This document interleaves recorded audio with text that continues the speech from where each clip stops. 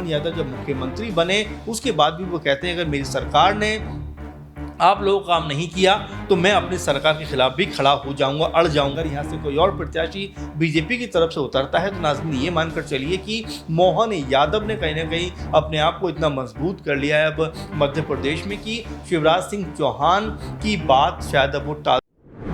नमस्कार, मैं नाज़मीन खान और आप देख रहे हैं SPN 9 न्यूज़। चुनाव आयोग ने महाराष्ट्र और झारखंड विधानसभा चुनाव की तारीखों का ऐलान कर दिया। महाराष्ट्र और झारखंड के साथ लोकसभा और विधानसभा के उपचुनाव की तारीखों का भी ऐलान किया गया। जहां लोकसभा की खाली हुई सीटों पर होने वाले उपचुनाव की तारीख तय की गई, जहां पर 20 नवंबर को चुनाव होंगे, तो वहीं विधानसभा चुनाव को लेकर 13 नवंबर की तारीख निर्धारित की गई।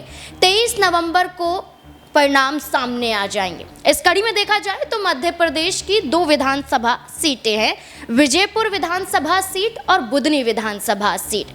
मध्य प्रदेश की दोनों विधानसभा सीटों पर उपचुनाव होने वाला है।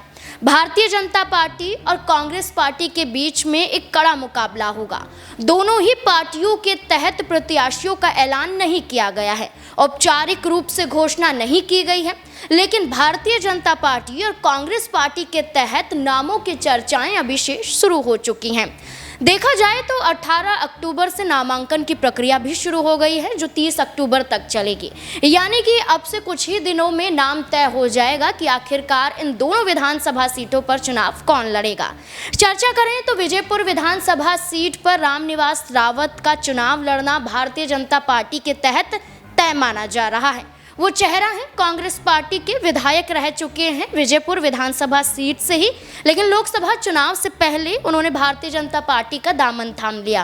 अब भारतीय जनता पार्टी इस सीट से उन्हें ही चुनावी मैदान में उतारने की तैयारियों में है, लेकिन कांग्रेस पार्टी की तरफ से कोई नाम सामने नहीं आ रहा है। वहीं बुधनी विधानसभा सीट की बात करें, जो मध्य प्रदेश में एक लोकप्रिय सीट है, वो सीट है जहां पर भारतीय जनता पार्टी को शिवराज सिंह चौहान, जो केंद्रीय मंत्री हैं, उन्होंने लगातार कई बार चुनाव जिताकर भारतीय जनता पार्टी को सत्ता में लाया है। शिवराज सिंह चौहान बुधनी विधानसभा सीट से चुनाव जीतकर मुख्यमंत्री की कुर्सी पर काबिज हुए हैं, लेकिन अब शिवराज सिंह चौहान के केंद्रीय मंत्री बनने के बाद ये सीट खाली हो जाती है। अब चर्चाएं हैं कि आखिरकार चुनाव कौन लड़ेगा। चुनाव लड़ने में एक नाम विदिशा से पूर्व सांसद रमाकांत भार्गव का सामने आ रहा है और दूसरा नाम शिवराज सिंह चौहान के बेटे कार्तिकेय चौहान का नाम सामने आ रहा है। चर्चाएं हैं कि शिवराज सिंह चौहान के चेहरे के बलबूते पर भारतीय जनता पार्टी चुनाव जीतना चाहती है, लेकिन भारतीय जनता पार्टी के तमाम नेतृत्व के जरिए एक पोस्टर जारी किया जाता है, जिस आधार पर कहा जा रहा है कि शिवराज सिंह चौहान के चेहरे का इस्तेमाल तो होगा, लेकिन इस पोस्टर में कार्तिकेय चौहान का नाम नहीं है, बल्कि इस पोस्टर में रमाकांत भार्गव का नाम है, जहां सीधे तौर पर प्रत्याशी बना दिया जाता है। औपचारिक रूप से ऐलान नहीं, लेकिन पोस्टर में प्रत्याशी दिखाया गया है। तो क्या शिवराज सिंह चौहान को एक बार फिर से बड़ा झटका लगता हुआ नजर आ रहा है? क्या शिवराज सिंह चौहान का मात्र भर भारतीय जनता पार्टी इस्तेमाल करती हुई नजर आई है? इससे जुड़े हुए अब कई तमाम सवाल यहाँ पर बनते हैं कि आखिरकार भारतीय जनता पार्टी क्या फैसला लेती हुई नजर आएगी, और अगर शिवराज सिंह चौहान या उनके बेटे को दरकिनार किया जाता है तब शिवराज सिंह चौहान क्या कदम उठाते हुए नजर आएंगे। मेरे साथ मेरे वरिष्ठ सहयोगी अमन सर मौजूद हैं। सर, आपका बहुत बहुत स्वागत है। सर, अगर हम बात करें तो शिवराज सिंह चौहान 2023 के विधानसभा चुनाव में बुधनी सीट से ही चुनाव लड़े थे और बुधनी सीट से उन्होंने चुनाव जीता। उसके बाद मुख्यमंत्री पद को लेकर डिमांड करते हुए नजर आए। भारतीय जनता पार्टी ने शिवराज सिंह चौहान को मुख्यमंत्री तो नहीं बनाया, लेकिन उस वक्त उनके बेटे चर्चाओं में आ गए थे, कार्तिकेय चौहान, और लोकसभा चुनाव में भी अपने पिता के लिए प्रचार प्रसार करते हुए नजर आए। अब ये कहा जा रहा है कि दायित्व निभाने की बारी आ चुकी है, शिवराज सिंह चौहान के बेटे चुनाव लड़ सकते हैं।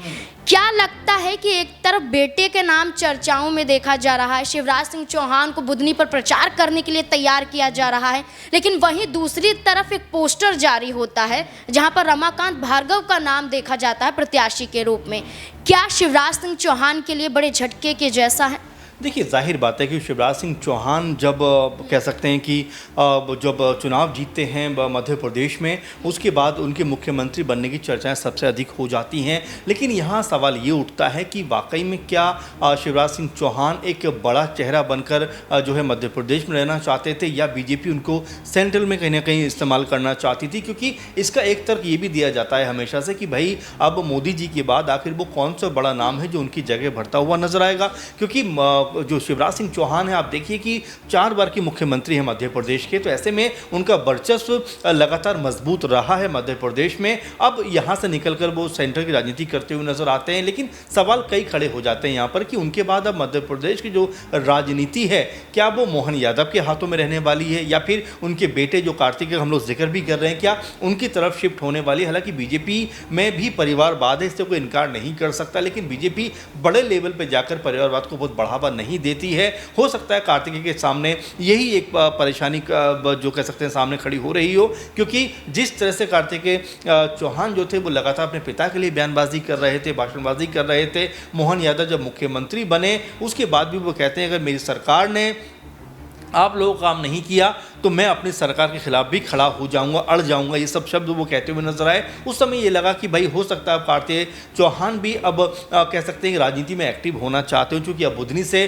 के ऊपर उपचुनाव है। तो ऐसे में लगातार चर्चा इस बात की हो रही कि क्या यहाँ से शिवराज जो है अपने बेटे को आगे बढ़वाते हुए नजर आएंगे, या फिर जो रमाकांत भार्गव हैं उनका ही नाम यहाँ से फाइनल होने वाला। हालांकि इक्का दुक्का नाम और भी चर्चाओं में है। तो ऐसे में क्या बीजेपी के लिए यहाँ पे कोई एक नाम तय करना मुश्किल होने वाला है? ये अपने आप में बड़ा सवाल बनता हुआ दिखाई देता है, क्योंकि अगर यहाँ पर शिवराज सिंह चौहान के बेटे उतरे कह सकते हैं विधानसभा के इस उपचुनाव में, तो ये माना जाएगा कि शिवराज सिंह चौहान का प्रभाव अभी भी मध्य प्रदेश के अंदर पूरी तौर पे मजबूत है। लेकिन अगर यहाँ से कोई और प्रत्याशी बीजेपी की तरफ से उतरता है तो नाज़रीन ये मानकर चलिए कि मोहन यादव ने कहीं ना कहीं अपने आप को इतना मजबूत कर लिया है अब मध्य प्रदेश में कि शिवराज सिंह चौहान की बात शायद अब वो टालते हुए नजर आ जाए, या पार्टी आला कमान एक तरीके से शिवराज सिंह चौहान के बेटे को टिकट देने में आनाकानी करता हुआ नजर आए। तो ऐसे में कई तरह के सवाल बन रहे हैं, क्योंकि हमने देखा है कि ऐसा नहीं है कि शिवराज सिंह चौहान के बेटे ही अकेले बीजेपी में हैं जिनको कह सकते हैं परिवारवाद की संज्ञा दी जा सकती है। इससे पहले हम देखें जिस तरह से अनुराग ठाकुर हैं, या फिर हम और भी तमाम सारे नेता, कैलाश विजयवर्गीय के बेटे आकाश विजयवर्गीय, इसके अलावा हम बिहार जाएं तो वहाँ पर भी जो है सम्राट चौधरी हैं, वो भी परिवारवाद का एग्जाम्पल है। तो ऐसे तमाम ढेरों नेता हैं जो नज़र आते हैं। राजनाथ सिंह के बेटे पंकज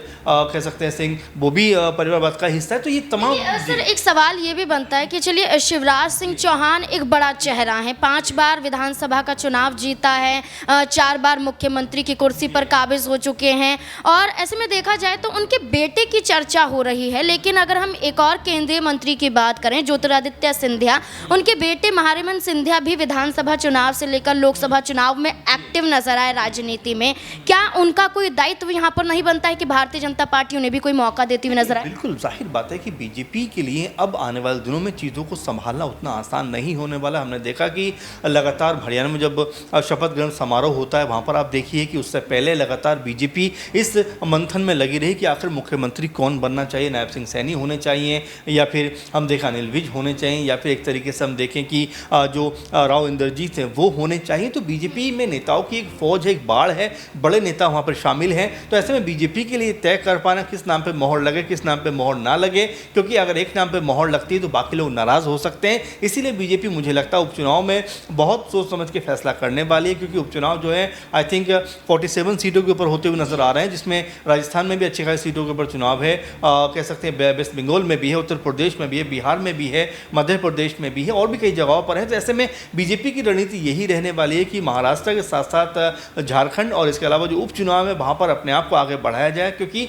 अभी भले ही हरियाणा बीजेपी ने जीता हो, लेकिन वोट परसेंटेज का अगर मामला हम देखें तो लगभग कांग्रेस पार्टी और बीजेपी एक पायदान पर खड़े हुए नजर आते हैं। बिल्कुल, यहाँ पर अगर हम बात करें भारतीय जनता पार्टी के तहत हम 2 नामों की चर्चा करते हुए नजर आ रहे थे बुधनी सीट पर, लेकिन कई और नाम भी यहाँ पर सुर्खियों में देखे जाते हैं।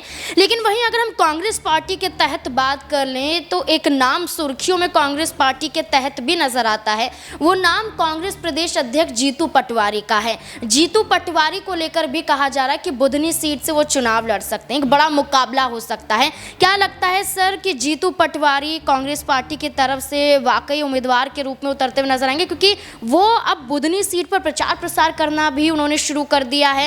यहाँ पर कई प्रभारी भी बना दिए गए हैं। उनके संदर्भ में कई बड़ी घोषणाएं करते हुए भी नजर आते हैं जीतू पटवारी, कई बड़े ऐलान करते हैं। क्या लगता है कि कांग्रेस पार्टी ने जिस तरीके से कमलनाथ को हटाकर जीतू पटवारी को प्रदेश अध्यक्ष बनाया, क्या वही जीतू पटवारी कांग्रेस पार्टी को सीट उपचुनाव में जिता सकते हैं? देखिए बिल्कुल, और इसमें कोई दोहराए की बात नहीं। जीतू पटवारी का आप जिक्र कर रहे हैं, जाहिर बात है कांग्रेस पार्टी के अध्यक्ष हैं इस समय मध्य प्रदेश में, लेकिन खुद भी वो चुनाव हार चुके हैं, ये कोई छुपी हुई बात नहीं है। लेकिन यहाँ से कांग्रेस पार्टी कैसे अपने आप को आगे बढ़ाए, क्योंकि 2 सीटों के ऊपर चुनाव है। ऐसे में कांग्रेस पार्टी चाहेगी कि भाई कम से कम एक सीट तो उनके कब्जे में आनी चाहिए, कि बुधनी सीट परंपरागत जो सीट है वो बीजेपी के खाते में रही है। यहाँ पर विजयपुर आई थिंक जो दूसरी सीट है उसके ऊपर जरूर कांग्रेस पार्टी चाहेगी कि भाई हमारा कोई प्रत्याशी यहाँ पर चुनाव जीतता हुआ नजर आए। क्योंकि देखिए कांग्रेस पार्टी को देखें तो दिग्विजय सिंह वहाँ पर नजर आते हैं, कमलनाथ वहाँ पर नजर आते हैं, एक से एक बड़े दिग्गज वहाँ पर नजर आते हैं। लेकिन चुनावों में जिस तरह से कांग्रेस पार्टी की हार हुई है उसने कई तरह के सवाल खड़े कर दिए कि क्या आपस में कोऑर्डिनेशन का